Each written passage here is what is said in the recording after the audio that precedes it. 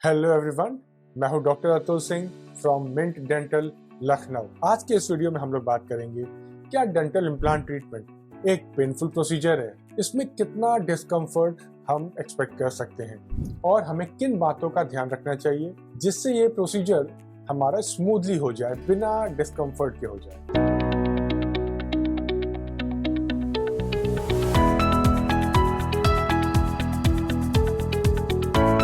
दोस्तों, dental implant treatment करवाने के बाद हमें हमारे दांत तो वापस मिल जाते हैं, लेकिन इसको पाने के लिए हमें एक छोटी सी सर्जरी से गुजरना होता है और बहुत से लोग इसी बात से डरते हैं कि वो सर्जरी कैसी होगी, क्या उसमें बहुत पेन इन्वॉल्व होगा, क्या बहुत डिस्कम्फर्ट, स्वेलिंग या ब्लड निकलेगा, या उन्हें ऑफिस से लीव लेनी पड़ सकती है ये ट्रीटमेंट करवाने के लिए। तो इन्हीं सब मिसकंसेप्शन को आज हम लोग दूर करेंगे इस वीडियो। तो जो डेंटल इम्प्लांट जो कि एक स्क्रू की साइज के बराबर होता है, आप मान के चलिए 1 सेंटीमीटर के आसपास उसकी लेंथ हो सकती है, जिसको हम लोग आपके बोन में प्लेस कर देते हैं। तो कुल मिला के ये सर्जरी 15 मिनट से लेके 30 मिनट तक समय ले सकती है। सबसे अच्छी बात यह है कि इसमें कोई भी मूवमेंट आपको पता नहीं चलेगा। अगर आपने एक्सट्रैक्शन करवाया है, दांत निकलवाया है, तो आपने नोटिस किया होगा कि आपके एक पुशिंग फोर्स यानी आपके दांतों को खींचा जा रहा है, उनको पुश किया जा रहा है, उनको अलग अलग डायरेक्शन में पुल किया जा रहा है। तो ये सारे फोर्सेस हम लोग को लगाने पड़ते हैं किसी दांत को निकालने के लिए। एक तो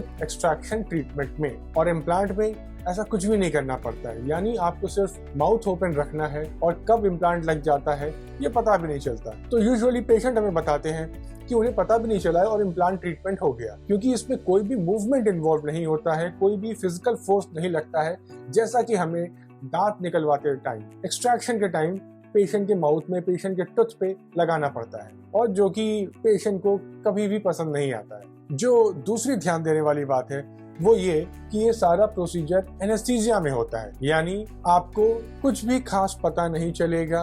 इनफैक्ट हम लोग जो इंजेक्शन लगाते हैं ट्रीटमेंट से पहले, उससे भी पहले एक स्प्रे लगा देते हैं, एनेस्थेटिक स्प्रे या एनेस्थेटिक जेल के फॉर्म में, यानी आपको इंजेक्शन का पेन भी पता नहीं चलेगा। और जब डेंटल इम्प्लांट लग जाता है उसके बाद चूंकि हम लोग मेडिकेशन स्टार्ट कर देते हैं, तो जो माइल्ड पेन, माइल्ड डिस्कम्फर्ट किसी भी ट्रीटमेंट के बाद होता है उसे भी हम लोग मैनेज कर सकते हैं, ताकि आपको कोई डिस्कम्फर्ट ना हो और कोई अननेसेसरी प्रॉब्लम ना फेस करनी पड़े। यूजुअली हम लोग पेन किलर, एंटीबायोटिक या कॉर्टिकोस्टेरॉइड, ये सारी कॉमनली मेडिकेशंस पेशेंट को देते हैं, ताकि जो 2 से 3 दिन जो डिस्कम्फर्ट वाले हो सकते हैं वो भी पेशेंट के लिए स्मूथली जाए, पेशेंट आराम से अपनी डेली एक्टिविटी में इन्वॉल्व रह पाए। ध्यान देने वाली बात यह है कि पेन और discomfort patient to patient, treatment to treatment differ करता है। तो कभी कभार पेशेंट को पेन या डिस्कम्फर्ट हो सकता है, लेकिन मेजॉरिटी ऑफ केसेस में पेशेंट हमें बताते हैं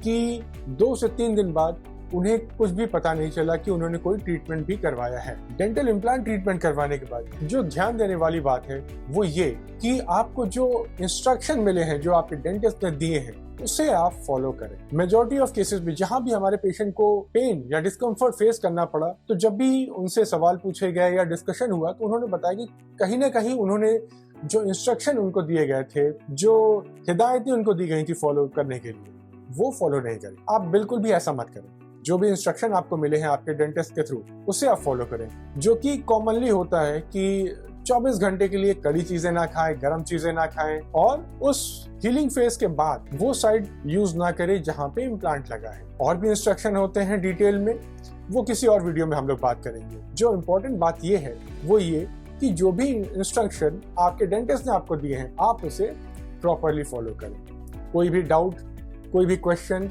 या कोई भी क्वेरी है तो अपने डेंटिस्ट को फोन करके तुरंत क्लियर कर लें, क्योंकि जो सबसे कॉमन रीजन होता है पेन या डिस्कम्फर्ट का, वो इंस्ट्रक्शन फॉलो ना करना। और अंत में एक फॉलो विजिट रखी जाती है जहां हम लोग पेशेंट को वापस से बुलाते हैं ये सब चेक करने के लिए कि सारी चीजें सही चल रही है कि नहीं, जो इम्प्लांट है उसके आसपास कोई गंदगी तो डिपॉजिट नहीं हो रही, कहीं फूड वहां एक्यूमुलेट तो नहीं हो रहा, फूड जमा तो नहीं हो रहा है, वहां की हाइजीन कैसी है। तो इन सब बातों को चेक करने के लिए एक फॉलो अप विजिट की जरूरत होती है, जहां हम लोग ये सब इंश्योर करते हैं कि जो इम्प्लांट लगा है, जो ट्रीटमेंट हुआ है, उसमें किसी प्रकार की कोई प्रॉब्लम, कोई इश्यू तो क्रिएट नहीं हो रहा है। तो अगर आप इन सब बातों का ध्यान रख रहे हैं और आपका रूटीन डेंटल इम्प्लांट ट्रीटमेंट हुआ है, तो आप बिल्कुल भी इस डर को, इस वहम को अपने मन से निकाल दीजिए कि डेंटल इम्प्लांट बहुत ही पेनफुल प्रोसेस है। ऐसा बिल्कुल भी नहीं है। जो माइनर पेन या डिस्कम्फर्ट होता भी है वो भी बहुत ही जल्दी चला जाता है, और वो भी सिंपल एवरीडे मेडिकेशन के थ्रू। यानी आपको कुछ भी अलग से ऐसा नहीं करना है जिस वजह से मन में कोई डर आए या कोई चीज को हम इमेजिन करें जिसकी वजह से हम आइडियल ट्रीटमेंट को डिले करते जाएं। तो इस वीडियो में इतना ही। उम्मीद है ये इन्फॉर्मेशन आपको हेल्प करेगी और आपको एक सही डिसीजन लेने में हेल्प करेगी। अगर आपके कोई क्वेश्चंस हैं, कोई सवाल हैं, तो आप कमेंट करके हमसे पूछ सकते हैं।